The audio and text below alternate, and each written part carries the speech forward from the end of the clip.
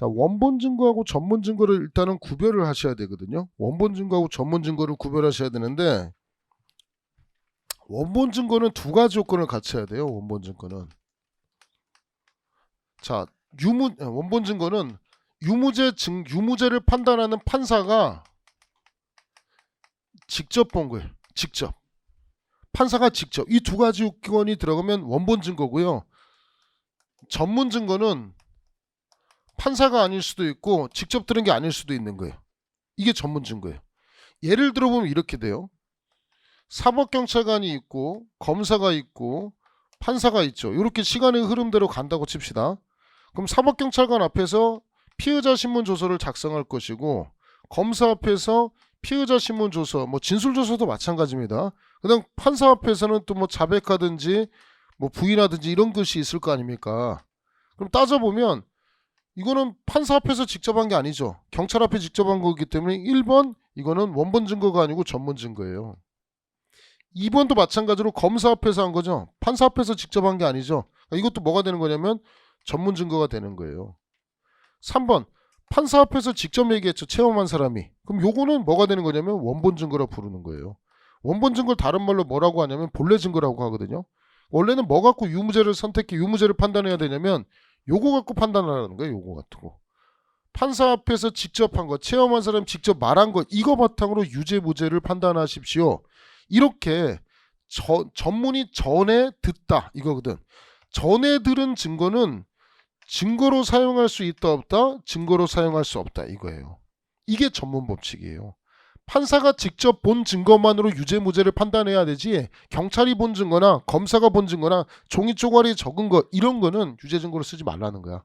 그러니까 전문 법칙이라는 단어 뜻의 의미는 전에서 들은 것은 증거로 사용하지 마십시오라는 거야. 무슨 말인지 알겠죠? 이게 전문 법칙이에요. 근데 문제가 생겼어요. 무슨 문제가 생겼냐면, 자, 원래 이거 갖고 판단해야 돼. 이게 전문 법칙이에요. 그러면 사람들이 어떻게 하냐면 경찰 앞에서 자백을 했어요. 검사 앞에서 자백을 했어요. 근데 판사 앞에서 부인하면 어떻게 하겠냐는 거야. 경찰 앞에서 자백하고요. 검사 앞에서 자백을 했어요. 근데 판사 앞에 와서 부인하면은, 그러면 대한민국 와서 무조건 판사 앞에서는 뭐 하는 놈밖에 없다는 거예요? 부인하는 놈밖에 없겠죠. 그러니까 이 전문 증거를 하더라도 특별한 요건을 가미하며 요건을 충족시키면 예외적으로 증거로 쓰자라는 거예요. 원래는 증거로 쓰지 말아야 돼요. 사경작성 피신조서나 검사작성 피신조서는 전문 증거라고 해서 쓰지 말아야 되는데, 특별한 요건을 추가시키면 예외적으로 증거로 쓰자라는 거예요. 그걸 뭐라 부르냐면 그거를 전문 법칙의 예외라고 부르는 거예요. 단어 뜻 보시면 전문 법칙이라는 얘기는 증거로 쓰지 말자 이거예요. 근데 특별한 요건을 추가해서 갖추면 아주 예외적으로 증거로 씁시다라는 거야. 그렇게 안 하면 경찰 앞에 와서 맨날 뭐 하느냐, 아니라고 그러니까 판사 앞에서 맨날 부인하기 때문에 맨날 못 봤다고 하니까, 그럼 그런 것을 막기 위해서 특별한 요건을 가미합시다. 그러면 예외적으로 증거를 쓸 수 있도록 특별한 요건을 추가시킵시다라는 거야. 그 전문 법칙의 예외를 형사소송법 311조부터 316조까지 규정을 뒀다는 거야. 이제 그거 배우는 거야. 자, 일단 311조는 안 써도 돼요. 책에 다 있어요. 안 써도 돼요. 이따가 다음 시간에 써먹으려고 미리 써놓은 거, 밥 먹고 나서 지우지 마세요. 밥 먹고 하는데 지우면 가만두지 않습니다. 이거 또 쓰기 싫어. 지우지 마. 그래서 미리 써두는 거예요. 311조에 법원, 법관 앞에서 한 면전조소라는 것이 있어요. 판사 앞에서 한 것은 굉장히 신빙성이 높기 때문에 요거는 증거로 사용할 수 있습니다라는 거야. 법원, 법관, 면전조서는 증거로 사용할 수 있습니다. 또 하나 배운 거 있어요. 우리 앞에서 수사상 증거보전, 수사상 증인신문조서는 몇 조에 의하여? 311조에 의하여 증거로 사용할 수 있습니다라고 아마 형소법에서 선생님이 가르쳤을 거예요. 수사상 증거보전 증인신문에서 가르쳤을 거예요. 여기 311조에 증거로 사용할 수 있다. 법원, 법관, 면전조서라 부르는 것이고, 두 번째, 이번에는 312조라는 것이 있어요. 312조. 자, 이거 어떤 식으로 규정을 해놨냐면 311조에는 법원이 있고요. 312조는 수사기관이고요. 법원 수사기관 이외의 자면 사인 이렇게 세 개로 나눠 놓은 거예요. 그래서 나중에 313조는 뭐에 대한 거냐면 사인에 대한 게 규정이 돼 있어요. 자, 수사기관인데 수사기관이라고 치면 또 나올 사람이 누가 있냐면 검사라는 사람이 하나 나오고요. 경찰이라고 해도 되고요. 사법경찰관에서 사경, 보통은 뭐 경찰조서라고도 부르고요. 사경조서라고 부르는데 사경조서라고 더 많이 쓰는 것 같아요. 사법경찰관 저 현직 갔을 때 경찰조서라고도 많이 해요. 그러니까 경찰조서라고 하셔도 되고 뭐 사법경찰관 조서에서 사경, 사법경찰관 조서에서 사경이라고 해도 되니까 뭐 사경 그랬는데 처음 봅니다 이러면 안 되시고요. 아 이게 경찰조서 얘기하는구나 라고 하고 요용 사경이라는 주소 더 많이 썼던 것 같아요. 사법경찰관 저는 이렇게 많이 썼으니까 여러분 현직 가서 사경조서는 배웠는데요. 경찰조서 안 배웠습니다 이러면 가만두지 않습니다. 그게 그겁니다. 자, 검사하고 사경이 있는데 이들이 작성한 조서가 3개가 있어요. 첫 번째는 피의자 신문 조서가 있고요. 피의자 이외의 자를 대상으로 한 진술조서라는 것이 있고요. 세 번째는 있는 그대로 적는 검증조서라는 3개의 조서가 있습니다. 가지수로 따지면 6개의 조서가 나와요. 검사가 작성한 피신조서가 있고 검사가 작성한 진술조서가 나오고 검사가 작성한 검증조서가 나와요. 두 번째는 사경이 작성한 피신조서고 사경이 작성한 진술조서와 사경이 작성한 검증조서 총 2 곱하기 3이니까 몇 개의 조서가 나오겠습니까? 6개의 조서가 나와요. 이해되죠? 그래서 이것에 대한 증거능력 요건을 312조에 규정을 합니다. 자, 312조 1항하고 2항하고 검사가 어렵습니다. 검사가 작성한 피의자 신문 조서에 관한 규정이 있어요. 자, 검사 작성 피의자 신문 조서가 작성한 조서는 3가지 요건을 갖춰야 됩니다. 적법성이라는 것과 성립의 진정이라는 것과 특신 상태라는 걸 갖춰야 돼요. 여기서 성립의 진정은 있는 그대로 적었던 말한 건 말한 대로 적고 말하지 않은 것은 적지 않았던 여기서 말하는 것은 실질적 성립의 진정인데 이렇게 외우는 사람들도 있어요.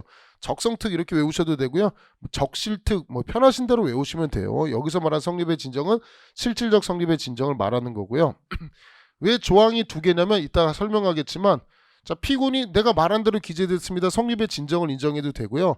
만약에 피고인이 성립의 진정을 부인하면 CCTV 그 검사 피의자 신문조서 작성하면서 촬영했던 CCTV로 성립의 진정을 인정하면 되기 때문에 그것이 2항에 규정되어 있습니다. 이건 나중에 뒤에서 배우고요. 자, 그럼 검사 작성 피신조서 하나 설명했죠. 그럼 요거 하나 설명했죠. 적법성 성립의 진정 특신 상태를 갖추면 된다. 외우셔야 됩니다. 이거 딱 듣는데 힘들다. 그럼 눈 감으시면 돼요. 아, 하나 날라갔구나 생각하시면 되고 그래도 우리에게는 몇 %의 정답률이 있다? 25%의 정답률이 있다. 딱 듣다가 어느 순간이 오죠. 현타 오죠. 현타면 그만 나는 여기까지 너는 해라. 그러고 그냥 눈 감으시면 돼요. 아, 나는 요 한 문제는 25%의 정답률로 갈 것이다. 너는 떠들어라. 나는 언제나 무슨 말인지 알죠? 현타 오면 그냥 눈 감으시면 돼요. 25%의 정답률로 가겠다. 알겠죠? 근데 승진 시험 보면 하셔야 돼요. 승진에서는 몇 문제 치냐면요. 40문제 치거든요. 그러니까 승진 가면 해야 돼요.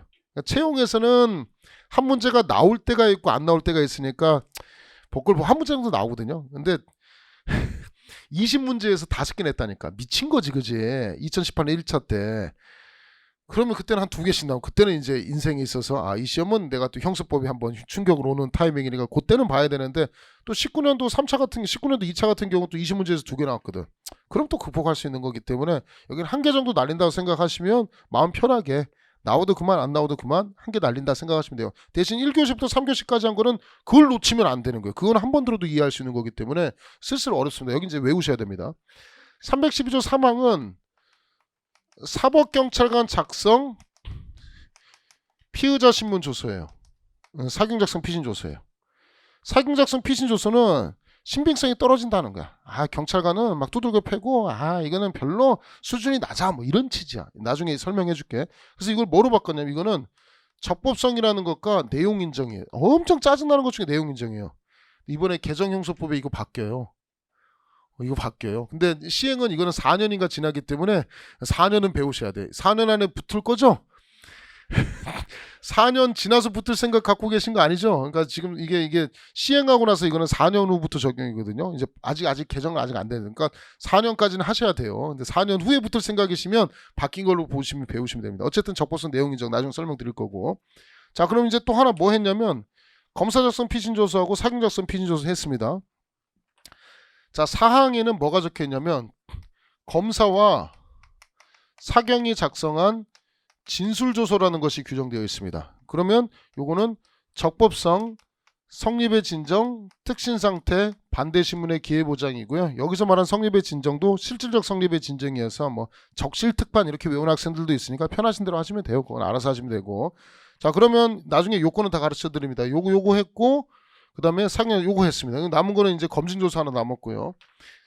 자, 5항은 이거는 뭐 뒤에서 배울 건데, 수사 과정에서 작성한 진술서, 경찰 앞에서 작성한 진술서. 진술서는 원래 사인이 작성하는 건데 경찰관 앞에서 작성한 진술서는 313조로 가지 않고 그냥 여기 해당하는 1항부터 4항까지 요건을 적용하겠다. 이건 나중에 배울 거고요.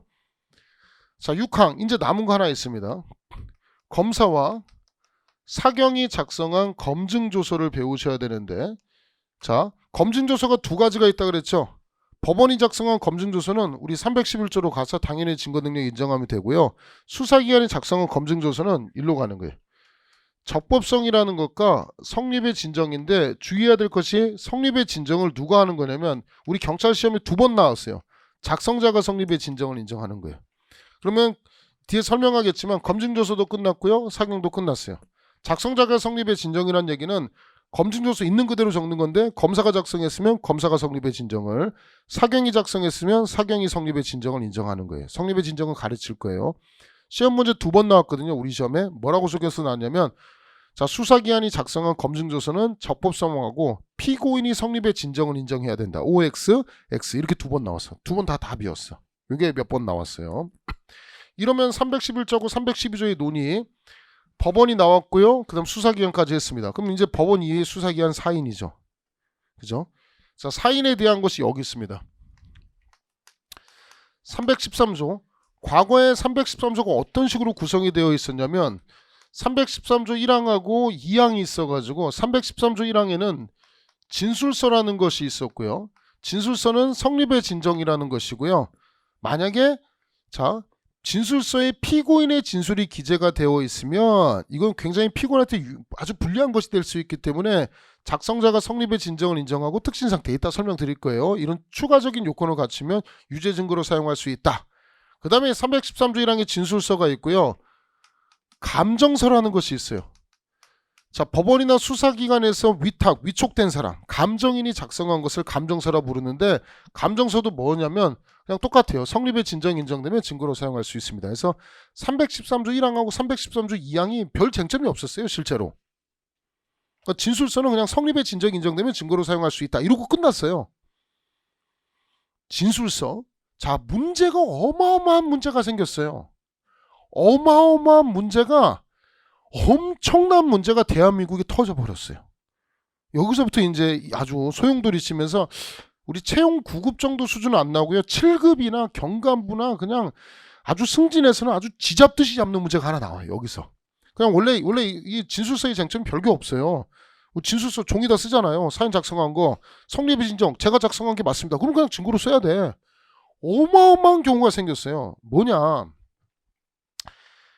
자, 이것만 보면 이제 또 뭔가 또 그죠? 이게 이제 이 대한민국 확 몰고 갔던 어마어마한 일이 벌어졌습니다. 이 MB 시절인데 명박 형님, 그다음에 또 그네 누나 알죠? 자, 여기랑 이 MB 대통령 시절에 박근혜 대표하고 문재인 현 대통령이 대통령 선거를 했습니다. 대통령 선거를 했죠. 기억나죠? 근데 여기 누가 이겼어요? 여기가 이겼죠. 아주 미세한 한 1% 차이, 굉장히 미세한 차로 여기가 됐죠.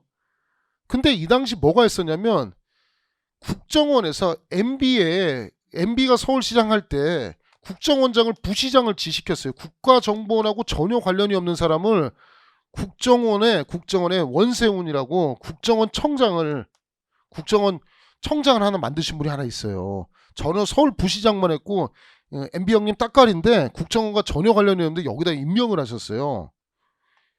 그래서 국정원 직원들하고 이 사람들이 뭐 했냐면 인터넷에다가 댓글 작업을 했다는 거야. 그래서 문재인 후보 쪽만 나오면 안 좋은 안티기를 연락이 막 달고 이제 나오면 와 하고 막 이거 했다는 거야. 이게 그 유명한 국정농단 사건이 벌어졌는데 여기서 국정원 직원에 뭐가 나오냐면 트위터가 나와요. 트위터 아시죠? 지금 거의 안 쓰죠. 트위터 쓰시나요? 트위터 쓰시는 분. 트위터. 페북도 잘 안 하죠. 요새 인스타 하나요? 인스타도 지겹죠. 요새 뭐예요? 유튜브밖에 안 보죠. 알죠? 트위터 아시죠? 예, 트위터 아시죠? 트위터에다가 온갖 얘기를 수십만 가지를 다 뿌리는 거야. 전국적으로 막 뿌리는 거야. 이걸 누가 했냐면 여기 쪽 비방하는 것을 트위터를 이빠이 다 뿌린 거예요. 지금 현재 이 증거가 나왔어요. 그럼 만약에 이 트위터가 나왔다는 게 이게 만약에 유죄 증거가 되잖아요. 유죄 증거가 되면 무슨 뭐에 대한 거가 되겠어요? 1% 정도밖에 차이가 안 났는데 니들이 국가에서 MB가 국정원에서 작업을 해가지고 선거를 조작했다는 얘기잖아요.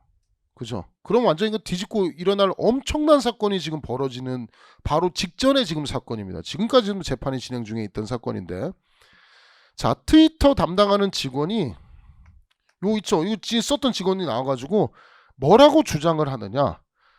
트위터는 뭐가 아니다? 진술서가 아닙니다라고 주장하는 거야. 왜? 진술서에서 말하는 서는 종이서자인데요. 이거는 종이가 아닙니다. 이러는 거야 지금 현재. 지금 뭔 얘기인지 알겠어요 지금. 313조 1항에서 말하는 진술서 종이가 아닙니다. 컴퓨터에서 작성한 거, 이 정보 저장 매체다가 CD에다 저장되거나 하드디스크에 저장된 이 내용은 종이가 아닙니다. 진술서는 서자가 무슨 서자입니까? 한자로 써보십시오. 종이 서자입니다. 트위터는 뭐가 아닙니다? 종이가 아닙니다. 이런 거야. 증거로 쓰지 말라는 거야. 자기가 지금 했는데. 두 번째, 이 직원이 또 뭐라고 하냐면 지 아이디, 지 패스워드로 지가 쓴 건데 끝까지 뭐라고 하냐면 이거는 제가 작성한 게 아닙니다. 성립의 진정을 부인합니다. 미치겠죠. 그죠? 첫 번째 주장은 뭐가 아니라는 거야? 종이가 아닙니다. 1번. 두 번째는 뭐예요? 제가 작성한 게 아니에요. 야 임마 네 아이디 패스워드로 했잖아. 그래도 아니에요. 내가 한 게 아니에요. 야 임마 네 아이디잖아. 아니에요. 이거야. 내 거 아니. 그치 이거 미치겠지. 그래서 판례는 뭐라고 하느냐? 그래. 이 313조 1항은 성립의 진정을 인정해야 되는데 작성자가 성립의 진정을 부인하기 때문에 트위터는 증거로 사용할 수 없대요. 그래서 원세훈 국정원장이 무죄 나왔어요. 난리가 났겠죠. 난리가 났겠죠. 뭐 그 이후에 이제 유죄가 되는데 어쨌든 판례는 이거예요. 대법원 판례 취지는 트위터 이렇게 얘기해가지고 성립의 진정을 부인해서 무죄라는 거예요. 그래서 법이 이렇게 돼 있던 거를 이 사건을 바탕으로 국회에서 법을 바꿉니다. 야 이건 진짜 생각할 수 없고 아주 깜찍하더라. 이거는 이 개새끼 가만두지 않겠다는 거야. 그래서 국회의원들이 야 이건 진짜 종이서자 아니라고 해가지고 이 종이서자라고 해서 트위터는 종이가 아니다 라고 주장한 니네 깜찍하다. 그래서 이걸 바꾸겠다는 거예요. 그래서 313조 1항을 바꿉니다. 여기 뭐 컴퓨터와 같은 정보 저장 매체도 뭐에 포함한다? 진술서에 포함한다. 아예 그냥 법조문에 넣어놨어요. 법조문에 넣어놓고 자 진술서에 대해서 어떻게 하겠느냐? 성립의 진정이 인정되면 증거로 사용할 수 있습니다. 자 만약에 피고인의 진술이 기재되면 곧 이따 설명하겠지만 작성자가 성립의 진정을 인정하고 특진 상태가 있으면 증거로 사용할 수 있습니다. 라고 본문에 되어 있고 이 항에 네가 만약에 진술서에 성립의 진정 이거 새로 만든 거예요. 성립의 진정을 부인한다. 자 국정원 직원 여기 났죠. 너 진술서 아니라고 했는데 이제는 벌 바꿔서 정보저장 매체도 뭐에 해당한다? 진술서에 해당한다. 딴소리 하지 마 이 새끼야. 두 번째 성립의 진정을 부인하니까 방법이 없었잖아. 그래서 어떻게 하느냐? 네가 성립의 진정을 부인하면 디지털 포렌식이나 감정 등의 절차를 걸쳐서 성립의 진정을 인정할 수 있다는 거야. 이게 뭔 얘기냐? 자, 네가 트위터를 작성 안 했다고 하는데 야, 네 트위터에 디지털 포렌 이거 아이디, 네 아이디 맞지 새끼야? 네 패스워드 맞지? 그지? 네 IP 어드레스 맞지? 야, 그러면 빼박 아니냐? 네가 네 아이디로, 네 패스워드로 니네 집 IP 어드레스를 가져왔으면 이건 누가 봐도 누가 작성했다? 네가 성립의 진정을 부인하면 증거를 못 썼는데 법을 바꾸겠다는 거야. 법 바꿨어요. 네 아이디, 네 패스워드, 네 IP 어드레스로 들어오면 네가 트위터 네가 안 했다고 하는데 임마 네가 한 거잖아 새끼야. 그럼 누가 했겠어 이거야. 이해돼요? 이렇게 이게 디지털 포렌식이야. 감정은 야 네 글씨 맞잖아. 네가 이게 내 사인 아닌데요? 야 임마 새끼 네 사인 맞잖아 새끼야. 국정은 감정했더니 네 거 맞네. 아 내 거 아니요. 뭐 할 수 있다는 거야? 감정으로 뭐 할 수 있다? 성립의 진정을 인정할 수 있다. 다만 피고인 아닌 자가 작성하면 요거는 뭐 하나를 추가하자? 반대신문의 기회를 보장하자. 뭐 이런 얘기를 하나 추가해서 결국은 성립의 진정을 부인하는 경우에도 뭐 할 수 있다? 디지털 포렌식 등으로 증거를 인정할 수 있다. 이걸 하나 추가한 거예요. 그 다음에 사망은 있는 그대로 감정서도 마찬가지 성립의 진정으로 인정할 수 있도록 해놨고 이렇게 해서 1, 2 사망이 바뀌었어요. 이 국정원의 원세훈 국정원장 판례 이후로 법을 바꿨습니다. 나중에 문제 파트에서 보시면 자 이렇게 쓰면 틀려요. 진술서는 자 작성자가 성립의 진정을 부인하면 증거로 사용할 수 없다. 어떤 경우에도 증거로 사용할 수 없다. OX, X 이제는 성립의 진정을 부인하는 경우에도 증거로 사용할 수 있는 법조항을 만들었습니다. 자 314조 이따 다 할 겁니다. 314조 314조는 이거예요. 311조부터 313조에 해당하는 거 보시면 와서 성립의 진정이나 아니면 내용 부인 뭐 이런 거 성립의 진정 등 반대신문의 기회 보장 등 뭔가를 해야 된다는 거야. 예를 들어 어떤 일이 벌어졌냐면 강원도에서 이런 일이 벌어졌습니다. 사장님이 계시고요. 사장님 계시고 이 부사장부터 해가지고 직원 5명이 이 사장님을 안매장에서 살해했어요. 여기서 죽여버린 거예요. 근데 지금 시체도 발견되지 않고 다른 증거가 없어가지고 미제 사건은 끝났어요. 근데 그 상태에서 이 부사장이 한 14년 정도 경과됐는데 이 당시 살인세의 공소시효이 그 당시 15년짜리였거든. 근데 이 부사장이 이제 위암 말기인가 그랬어요. 그래서 돌아가시기 직전에 자꾸 누가 꿈속에 나타나냐면 사장님이 꿈속에 나타난다. 자기가 그 직원들하고 5명이서 안매장 살해했어 지금. 근데 지금 잡혀가지 않은 상태에서 자꾸 부사장이 머리 아프다는 거야. 그 옛날에 14년 전에 살해했던 사장님이 꿈속에 나타난다는 거야. 너무 고통스럽다는 거야. 그래서 실제 사건에 경찰관 불렀습니다. 경찰관 불러서 병원으로 불러가지고 아우 제가요 죽기 직전에 할 말이 있어요. 근데 무슨 일이에요? 그 14년 전에 그 제가 모셨던 사장님이 있는데요. 자꾸 꿈속에 나타나요. 이거야. 근데 어떻게 했는데 제가요 그때 부하 직원 4명하고요 말씀드려야 될 것 같아요. 제가 죽기 전에 말씀드립니다. 죽였어요. 이렇게 얘기한 거야. 그래서 경찰관이 뭐를 작성했냐면 참고인 진술조서를 작성했어요. 실제 사건이야 지금. 그죠? 그 진술조서를 작성하면 우리 어디로 가는 거냐면 312조 4항으로 가야 되거든. 검사사건에서는 진술조서거든. 이걸 유죄 증거로 쓰려면 적법성 성립의 진정 특신한테 반대신문의 기회 보장이거든. 그럼 이분이 다른 4명 있잖아요. 그 부하 직원들 재판에 나와가지고 자 그때 작성한 진술조서는 말한 대로 기재되어 있습니다. 이거 해줘야 돼. 근데 이분이 이거를 작성해놓고 일주일 만에 돌아가셨어요.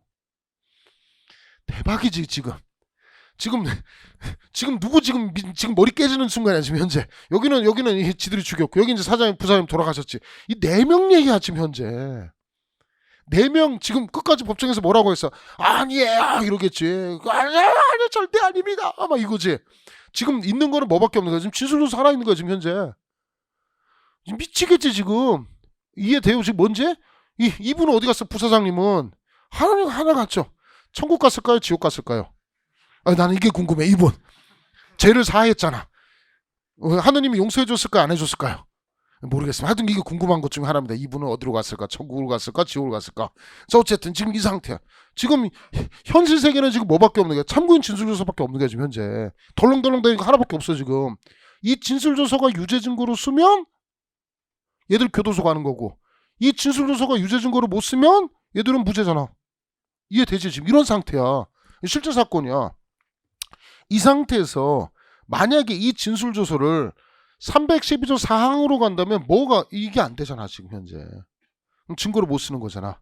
이런 경우를 대비해서 314조가 이 사자가 죽을 사자라고 생각하시고 예외 규정이에요. 여기에 해당하는 조서가 그 진술해야 되는 놈이 사망하거나 질병에 걸리거나 외국 거주하거나 소재불명 기타 2에 준하는 사유가 있으면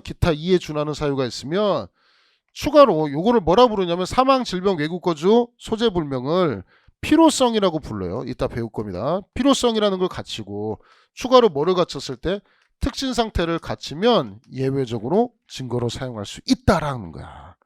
그러면 이 사안에서 어떻게 됐어? 죽었죠. 사망했죠.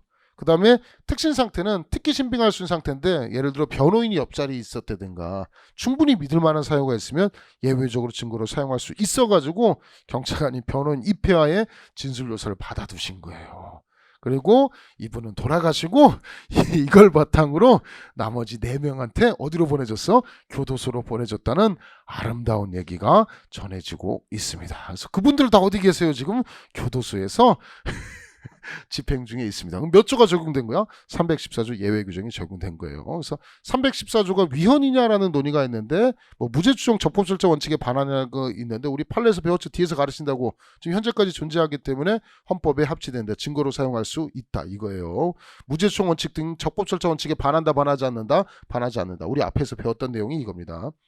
자 그럼 315조 315조인데 315조는 뭐라고 돼 있냐? 1호 자 1호는 외국뿐만 아니라 우리나라 공무원이 작성한 문서는 신빙성이 굉장히 높다. 공무원이 기계적 공무원은 웬만하면 거짓말 안 하고 공무원 작성 문서 예를 들어서 여러분이 가지고 있는 주민등록증이나 운전면허증 같은 거는 만약에 주민등록증 운전면허증에 대해서 증거로 사용하지 못한다면 그 작성자를 성립의 진정은 불러야 되거든요. 그럼 맨날 서울지방청장님은 어디 쫓아다녀야 되냐면 법원 쫓아다녀야 돼요. 동사무소 동장님들은 맨날 어디 쫓아다녀야 되냐면 맨날 법원 가가지고 그 주민등록증 제가 작성한 게 맞아요. 그대로 됐네요. 이 두 마디 해주려고 전국에 있는 법원을 돌아다녀야 돼. 대한민국 장관들은요. 얼마나 문서가 많겠습니까? 장관 명예훼손 문서. 이거 유죄 증거로 인정하려면 맨날 장관님들 어디 가야 되냐면 법원 가야 돼요. 판사 있는데 저 해양수산부 장관입니다. 저는 서울지방경찰청 청장이에요. 무슨 일로 오셨나요? 아, 그 운전면허증이요? 내가 한 거 맞아요. 가시려고요? 예, 가야죠. 어디 가시는데? 부산 가야 돼요. 부산 뭐 하라고? 거기도 운전면허증이 나왔어. 그거 하러 가야 돼. 미치겠지, 그지? 그래서 이 공무원 작성 문서, 외국 공무원이 작성한 문서는 증거로 사용할 수 있다라는 거야. 다만 여기서 말하는 공무원에는 누가 빠져야 되는 거냐면 얘는 지금 딱 연결되는 쟁점이 있어요. 몇 조하고 지금 문제가 겹치냐면 312조하고 겹쳐요. 312조 만약에 수사기관에 있는 사람들도 다 누구예요? 공무원이죠. 얘들이 작성한 문서는 증거로 쓰면 되겠어요? 안 되겠어요? 안 되죠. 그래서 여기서 공무원 말하는데 누구 빼야 되냐면 수사기관이 작성한 문서는 여기 빼야 되는 거예요. 나중에 배울 거예요. 쓰지 않아도 됩니다. 자, 315조 2호. 자, 315조 2호는 뒤에서 하겠지만 업무상 작성한 문서예요. 업무상 작성한 문서는 기계적으로 작성하기 때문에 충분히 신뢰성이 있다는 거예요. 그래서 이 중에 업무상 작성 문서에서 가장 문제된 거는 성매매 업소에서 작성한 문서예요. A라는 손님 왔는데요. 1시간 돌다 가고요. 17만 원 냈어요. B라는 손님 왔는데요. 2시간 2번 하셨고요. 그 다음에 34만 원 내고 가셨어요. C라는 손님 왔고 이걸 기계적으로 썼어. 이것도 과연 315조 2호를 적용할 수 있느냐? 이 쟁점이야. 판례는 뭐라고 하냐? 성매매는 불법이라 하더라도 기계적으로 작성한 문서가 맞으니까 성매매에서 작성한 문서도 315조 2호에 의하여 당연히 증거 능력을 인정할 수 있다. 이 쟁점이에요.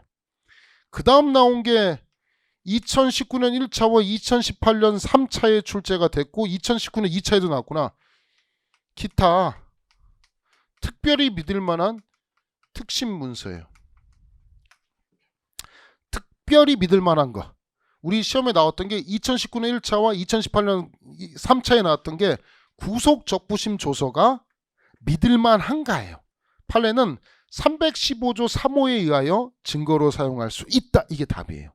근데 2018년 3차와 2019년 1차에 뭐 나왔냐면 구속적부심 조서는 315조인데 조문을 외워야 되는데 뭐라고 나왔냐면 311조에 의하여 증거로 사용할 수 있다. OX, X 두 번 똑같이 답 나왔어. 자, 이거는 충분히 믿을 만한 문서인데 우리 시험 문제 2019년 2차에는 뭐가 나왔냐면 건강심사평가원이라고 해서 어디 아픈 사람 이렇게 평가해 주는 거 있어요. 뭐 장애가 뭐 1급이다, 2급 장애다 써주는 거 있는데 이 새끼들이 보험 사기하는 것 같아. 그래서 수사기관이 이 새끼 보험 나이롱 환자 같은데 보험 사기 안 받는데 의뢰했어. 그래서 수사기관이 의뢰해서 작성한 문서예요. 이건 아까 수사기관이 한 거지. 이거는 신빙성이 떨어지기 때문에 315조를 적용해주겠다 안 해주겠다 안 해주겠다. 나온다고 찍어준 건데 찍어줬는데 바로 이번에 19년도 2차에 16번인가 17번 문제 답지문에 4번 지문에 출제가 됐습니다. 그래서 이건 나중에 뒤에서 설명을 드리고 여기 315조고 설명할 거예요. 다음 이건 한 2시간 할 거예요. 걱정하지 마세요. 써놓고 밥 먹으러 가면 돼요. 자, 마지막에 316조. 자, 316조는 전문 진술이라는 것이 규정되어 있습니다. 그래서 전문 진술이라고 해서 1항하고 2항하고 있는데 316조 1항은 누구로부터 전해들은 거냐면 피고인으로부터 전해든 피고인 전문 진술이라는 것이 기재되어 있고요. 자, 그럼 보시면 피고인으로부터 전해들었다는 얘기는 지금 살인사건이나 강간사건을 체험한 사람은 누가 있냐면 피고인이 있을 것이고요. 체험한 사람 피해자도 강간을 피해자 입장에서 체험했을 것이고요.